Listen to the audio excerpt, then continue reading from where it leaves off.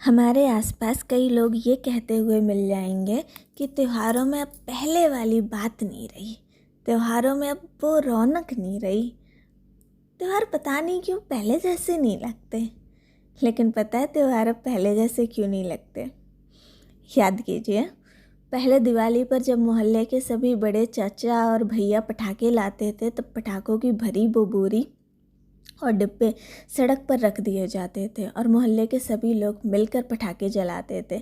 ना ही पटाखे लाने वाले घमंड दिखाते थे और ना ही पटाखे ना लाने वाले उनके डिब्बों से पटाखे लेने में शर्माते थे। अब अपनी ढपली अपना राग, हमने पैसे खर्च किए हैं हम ही चलाएंगे, और मोहल्ले के गरीब बच्चे या घरों में काम करने वाले सहायक सहायिकाओं की बच्चे ललचाई निगाहों से दूर बैठे देखते रहते हैं। याद कीजिए, दशहरे पर सबका एक संयुक्त रावण बनता था। कोई सिर बनाने के लिए अपने घर से मटका लाता था तो कोई धड़ बनाने के लिए अपने घर से लकड़ियाँ। कोई रावण को सजाने के लिए रंगीन कागज़ लाता था तो कोई पापा के पुराने जूते। सबके घर से चंदा होता था जिनसे खरीदे पटाखे रावण में चिपकाए जाते थे। किसने ज़्यादा खर्चा किया, किसने कम, रावण कौन जलाएगा कौन नहीं, इस बात का झगड़ा कभी होता ही नहीं था। तब सच में हम गर्व, लोभ, गुस्सा आदि के प्रतीक के रूप में रावण जलाते थे। और अब हम मार्केट से अपना अलग महंगा वाला रावण लाएंगे। मोहल्ले वालों को भी तो पता चले कि हमारे यहाँ पैसों की कोई कमी नहीं है। याद कीजिए, पहले नवरात्रि के अंतिम दिन हर कुंवारी कन्या, चाहे किसी भी आयु की हो, उसको देवी का स्वरूप मानकर पूजा जाता था। अब तो लोग 14 साल से ऊपर की लड़की को कन्या ही नहीं मानते। तब दिखावे के 150 रुपये नहीं, शगुन के 1 रुपया या 2 रुपये ही दिए जाते थे। दान के पैसे भले कम थे पर कन्या पूजन पूरी श्रद्धा और भक्ति भाव से किया जाता था। लेकिन अब उन्होंने हमारी लड़की को कन्या पूजन में नहीं बुलाया। अगले साल से हम उनकी लड़की को भी नहीं बुलाएंगे। हमारे 50 रुपये यूं ही चले गए। पहले होली गिले शिकवे भुलाकर गले लगने का पर्व हुआ करता था। जिसके भी घर में पिछली होली से लेकर अब तक 1 साल में किसी की भी मृत्यु हुई होती थी, उन सभी घरों में फाक की टोली दुख बांटने और खुशियों का रंग शुभ सगुन के रूप में घर के बुजुर्गों के माथे पर तिलक लगाकर और घर की देहरी पर रंग डालकर किया जाता था।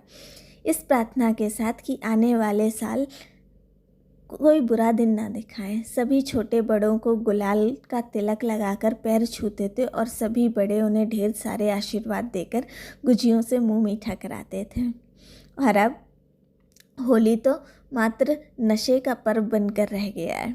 शराब भांग के नशे में डूबे डीजे के सुर पर थिरकते युवा और घरों में अलग थलग अकेले उदास बैठे पुराने दिनों को याद करते बुजुर्ग।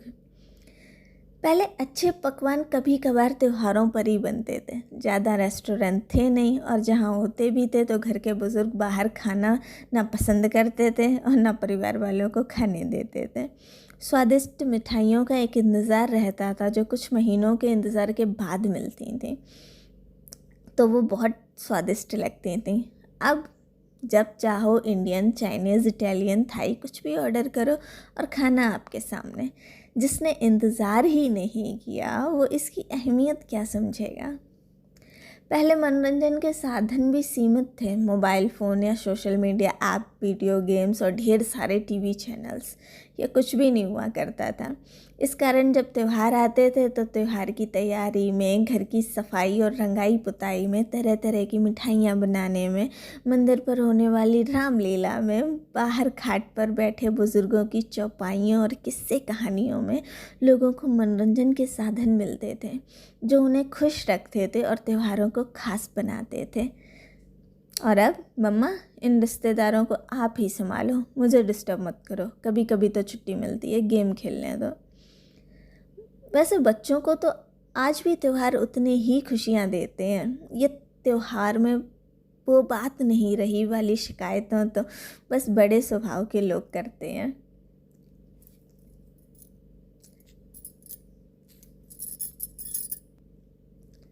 तो अब आई आपको बात समझ में कि त्यौहार अब पहले जैसे क्यों नहीं रहे?